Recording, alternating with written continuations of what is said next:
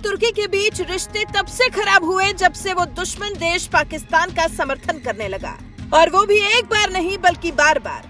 नहीं तो 1948 से भारत और तुर्की के बीच रिश्ते तो काफी मधुर थे। राजनीतिक और द्विपक्षीय संबंधों को आमतौर पर गर्मजोशी और सौहार्दपूर्ण तरीके से लेते थे दोनों देश, जिससे अमेरिका तनाव में था। और उसके बाद जब तुर्की ने पाकिस्तान का कश्मीर को लेकर समर्थन कर दिया, तो भारत अपनी इस दोस्ती से थोड़ा पीछे हट गया। तब अमेरिका ने जरूर चैन की सांस ली थी, लेकिन फिर एक बार तुर्की ने कोशिश की है भारत के साथ संबंधों को मजबूत करने की। कश्मीर राग अलापना तो नहीं छोड़ा, लेकिन हाँ, भारत की शक्ति देख, विश्व में भारत का भौकाल देख तुर्की कुछ ढीला जरूर पड़ा है। भारत के विदेश मंत्री एस जयशंकर ने हाल ही में तुर्की के अपने समकक्ष मेवलुट कावसोग्लू से मुलाकात की थी। न्यूयॉर्क में चल रहे UNGA में 21 सितंबर को दोनों देशों के नेता मिले थे। दोनों के बीच साइप्रस को लेकर चर्चा भी हुई थी। साइप्रस तुर्की के लिए वो जगह है जैसे भारत के लिए पाकिस्तान। रिश्ते साइप्रस और तुर्की में पाकिस्तान और भारत जैसे ही हैं। और जब साइप्रस को लेकर दोनों नेताओं के बीच में बात हुई तो लगा जैसे रिश्ते अब इसके बाद घनिष्ठता की तरफ बढ़ेंगे। इससे हालांकि तकलीफ सबसे ज्यादा अमेरिका को हो रही है।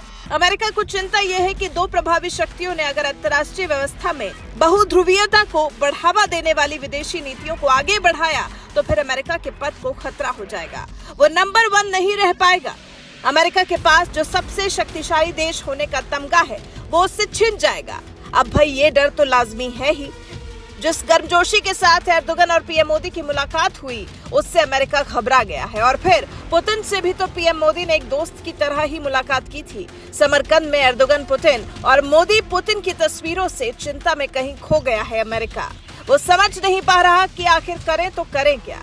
भारत जिस तेजी से विश्व के सभी देशों को अपने करीब लेकर आ रहा है उससे अमेरिका इनसिक्योर हो रहा है। और वैसे भी जब अमेरिका और यूरोपियन देश भूमध्य सागर में अपनी ताकत को बढ़ाने में लगे हों और इसी दौरान भारत और तुर्की करीब आने लगे तो निश्चित तौर पर अमेरिका की टेंशन बढ़ेगी ही। हालांकि अभी अमेरिका को इतना ज्यादा इनसिक्योर होने की जरूरत नहीं है, क्योंकि भारत और तुर्की के बीच में रिश्ते सामान्य तभी होंगे जब तुर्की अपने आचरण में बदलाव लाएगा। भारत के खिलाफ तुर्की तो एक तरह से पाकिस्तान से हाथ मिला चुका है। कश्मीर को लेकर तुर्की पाकिस्तान का पक्ष लेता रहा है। कश्मीर को लेकर मलेशिया, तुर्की और पाकिस्तान का रुख लगभग एक जैसा ही है। खबरें तो यहाँ तक थी कि तुर्की के राष्ट्रपति एर्दोगन की मदद से ISI भारतीय मुस्लिमों के बीच अपनी पैठ बढ़ाना चाह रहा है और दुनिया में भारत की विदेश नीति को लेकर संदेह पैदा करना चाहता है। लेकिन अभी हाल ही में SCO मीटिंग के बाद से अमेरिका की थोड़ी टेंशन बढ़ी है।